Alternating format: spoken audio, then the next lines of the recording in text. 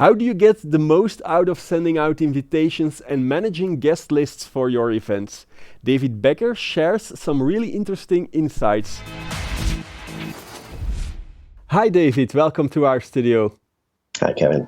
Skipster is an online service for ticketing, guest lists and things like that. And you've pulled together some interesting insights about events and invitations. Absolutely, Kevin. So we have interesting insights on various fronts as we are an event management software that helps event planners to run invitation management, so the whole RSVP invitation campaigns through emails, and then it goes directly into the guest list management. So we can pull stats on one hand on everything regarding the invitation, and then everything regarding the check-in. I suggest we start with the invitations. Yeah, sure. So that's really where it starts when you run an event. You populate the master list of people you want to invite, and as we are not in the ticketing sector, we are in the guest list sector. Okay, I'm sorry. No, that's absolutely fine. Most people that are being invited are selected. Like, event planners want to invite them, but that doesn't mean yet that they come. Yeah. So we pulled some stats around what is a better likelihood for them to accept the invitations, and we looked at the weekdays, for instance, and we found out that if an invitation campaign is sent out between either Monday and Thursday, the chances are much higher, and it's much more likely for people to click on the invitation and to accept the invitation and add themselves to the guest list.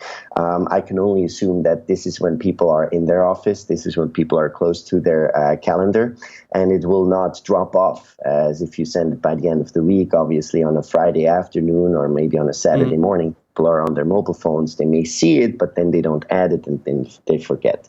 So Monday to Thursday is when you should send an invitation campaign. Okay, then we looked at the advanced, how much in advance should you send this out? It's this whole discussion of save the date. Should you send it out 3 months before, 2 months before, 4 weeks before? And that is really up to the gut of the event planner, because we looked at the stats and we didn't see any correlation of days in advance of a higher likelihood for them to accept the invitation. So it doesn't really matter. You can stick to your guts there.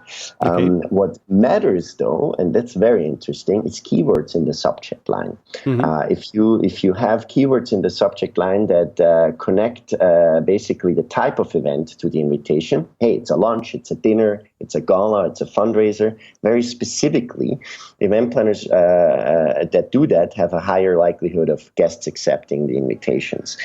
They want to know what type of event, they want to know what to expect, and if you put it in your 25 to 75 character subject line in the email, it's a better likelihood for them to accept the invitation.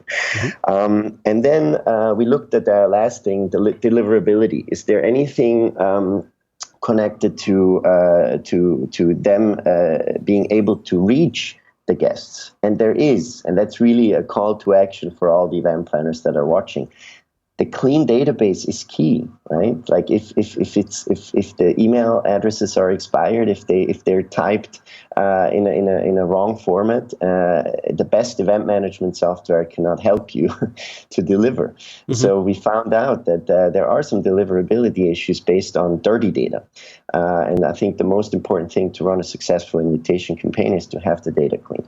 As you said before, you're not only doing the invitations, but also the guest lists. So I think that also would mean that you would have some insights on, for example, show up rate, because having people to sign up is one thing, but having them to show up is another thing.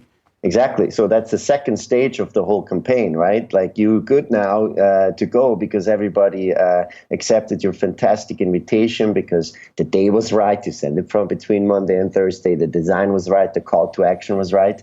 but are they going to show up? So in our case, it feeds directly into the guest list. So whoever accepts, signs up the form and says yes to the event is already automatically in the guest list. At the events that we do, it's been 100,000 since we started. It's several hundred a day around the world in more than 100 plus countries. We see that it's a pretty consistent ratio of about 30% that are showing up. So the average size of event that we power, which is more on the higher event, including premieres, galas, fundraisers, more like executive professional service events.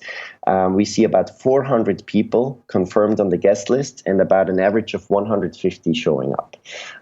So it's slightly above a third, but that's really a global average that we can see throughout every industry, throughout every country, throughout every type of event.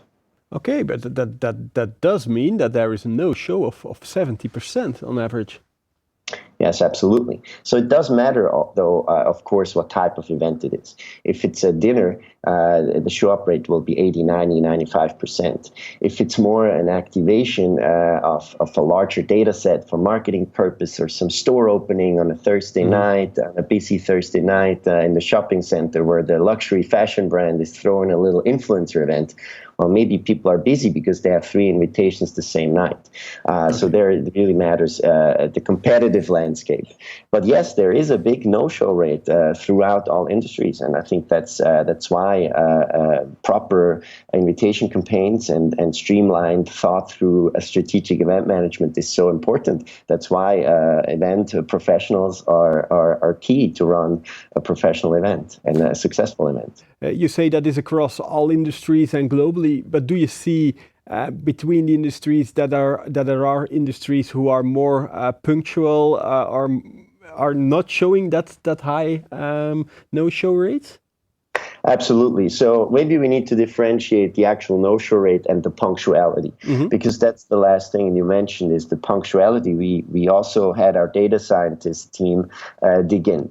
And that's very interesting because we asked them, what is the peak time? When is it the most busy? Because even though there is an electronic guest list in place, of course, you need to make sure that the setup of your arrival can cater maybe to several people or several dozen people arriving at around the same time. So we can see that the peak time is always somewhere between 30 and 60 minutes. It's not surprising. Nobody arrives 5 minutes after the event. It's not cool, and nobody waits too long. But then we dug into the actual industries, and we saw that there are some tremendous difference between peak time, and we saw that the most punctual people are in government and military. Probably not surprising. Military, not government, depends on the country? It depends on the country, correct. We have some government clients across the world and embassies. We see there an average peak time of 35 minutes. For instance, if you compare this to the advertisement industry, the peak time is 81 minutes. So it's much further down into the event where the people in ads show up versus the people in government. I guess that's just a question of industry and a question of habit, and it doesn't surprise me if I look at it. I would like to thank you very much for sharing these insights with our audience. Of course, my pleasure, Kevin. Have a great day. Thank you. And you at home, thank you for watching our show. I hope to see you next week.